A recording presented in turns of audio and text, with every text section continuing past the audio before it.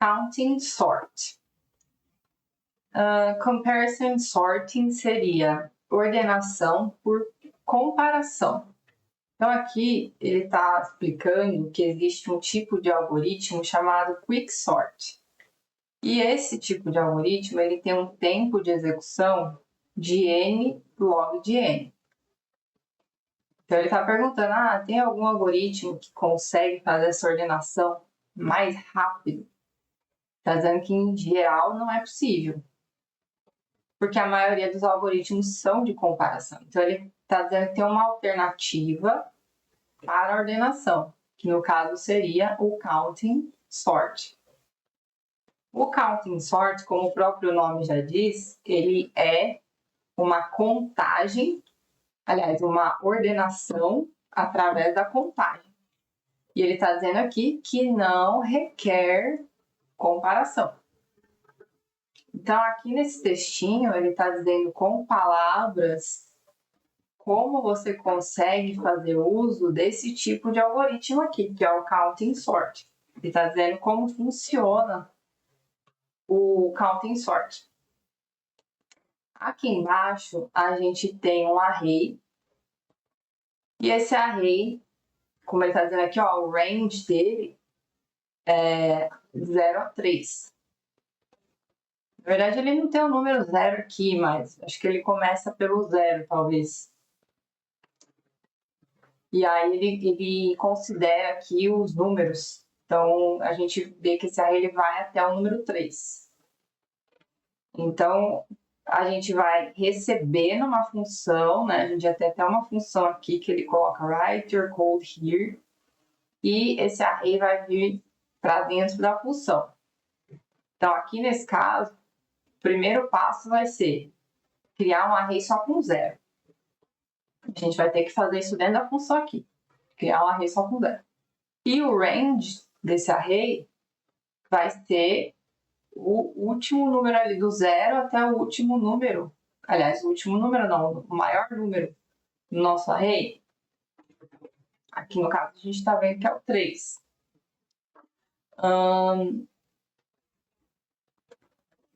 Aí aqui embaixo, aqui que começa o counting. Por quê?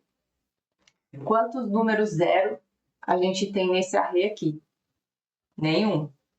Então, aqui no index 0, a gente vai colocar 0. Quantos números 1 a gente tem nesse array aqui? 3, certo? Então, aqui no index 1, a gente coloca o número 3. Quantos números 2 a gente tem? 1. Então, a gente coloca o número 2, não, né? Tá certo, oh, meu Deus. Quantos números 2 a gente tem? 1. Então, a gente coloca o número 1 no index 2. Quantos números 3 a gente tem aqui? 1. Então, no index 3, a gente coloca 1. A gente não, né? A gente vai escrever um código que vai fazer isso.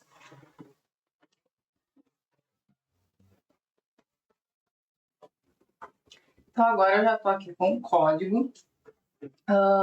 Esse código dá para ser feito com for all, por exemplo. Mas eu quis fazer assim porque, para iniciante, eu quis fazer uma coisa assim mais passo a passo. Até porque eu acho que o enunciado desses exercícios, muitas vezes, eles já são muito desgastantes, sabe? Então, eu quero deixar uma coisa assim que até os iniciantes consigam acessar. Até porque, muitas vezes, a gente quer utilizar essas plataformas para a gente passar de iniciante para avançado. E esse salto, né? Essa subida de degraus, ela acaba sendo impossibilitada por conta de exercícios desse tipo, que o enunciado é muito complexo, depois você pode até ver a resolução pronta, mas também a resolução muito complexa. Pessoas na internet postam resolvendo, mas também utilizam algoritmos mais complexos, enfim, uma coisa muito excludente. Mas continuando aqui. Aqui, como a gente pode ver, né, o range, aí a gente criou um array com zeros, né, que vai de 0 a 3, né, no caso do index.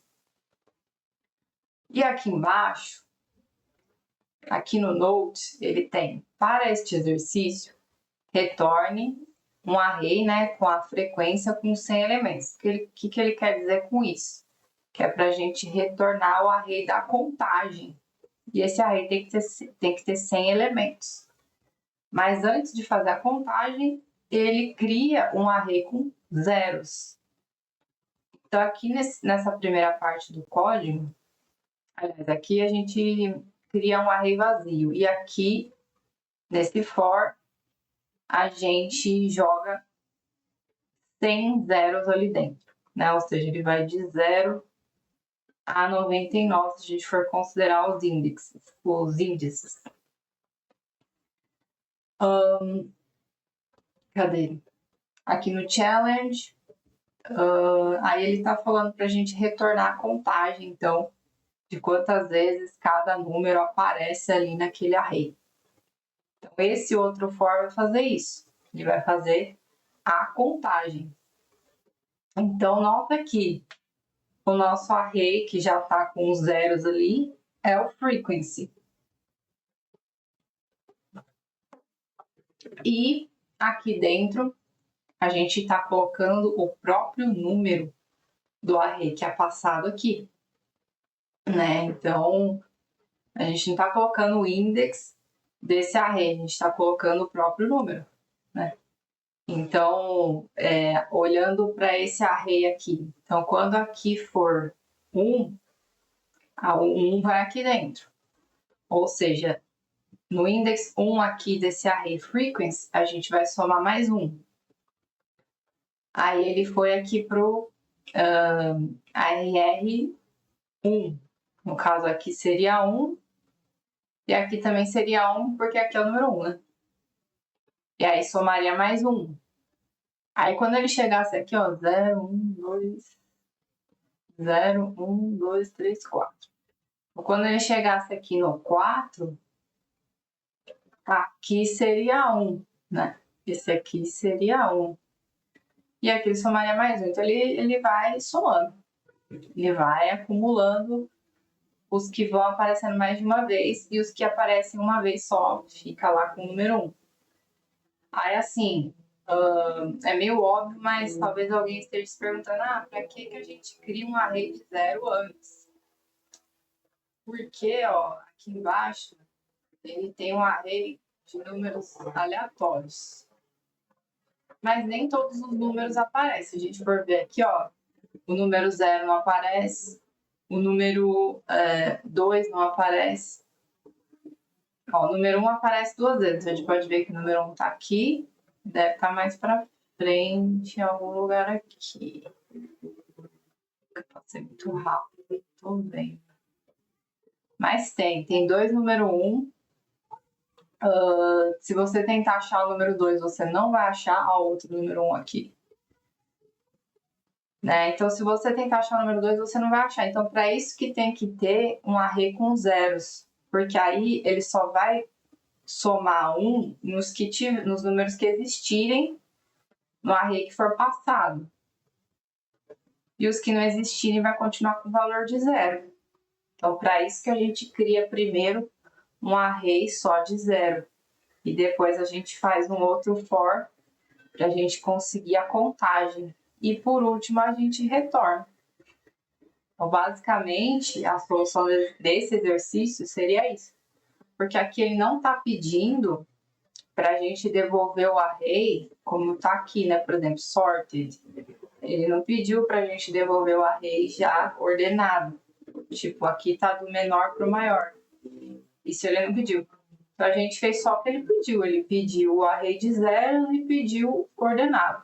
Feito. Agora, eu deixei aqui em cima, porque aqui no exercício ele está falando de n log de n. Então, eu deixei aqui algumas explicações para o final, até porque para não atrapalhar a resolução aqui do exercício. Então, aquele n log de n tem a ver com o tempo de execução do algoritmo. E isso a gente aprende com essa questão aqui do Big O Notation. Então, dá para procurar isso na internet, tem aqui vídeos, tem curso de Big O Notation, tem sites aqui explicando, tem esse gráfico aqui que a gente consegue ver que tem esses tempos aqui de execução, né? Tem esse n fatorial, tem 2 elevado a n, n elevado a 2, n log de n log de n1.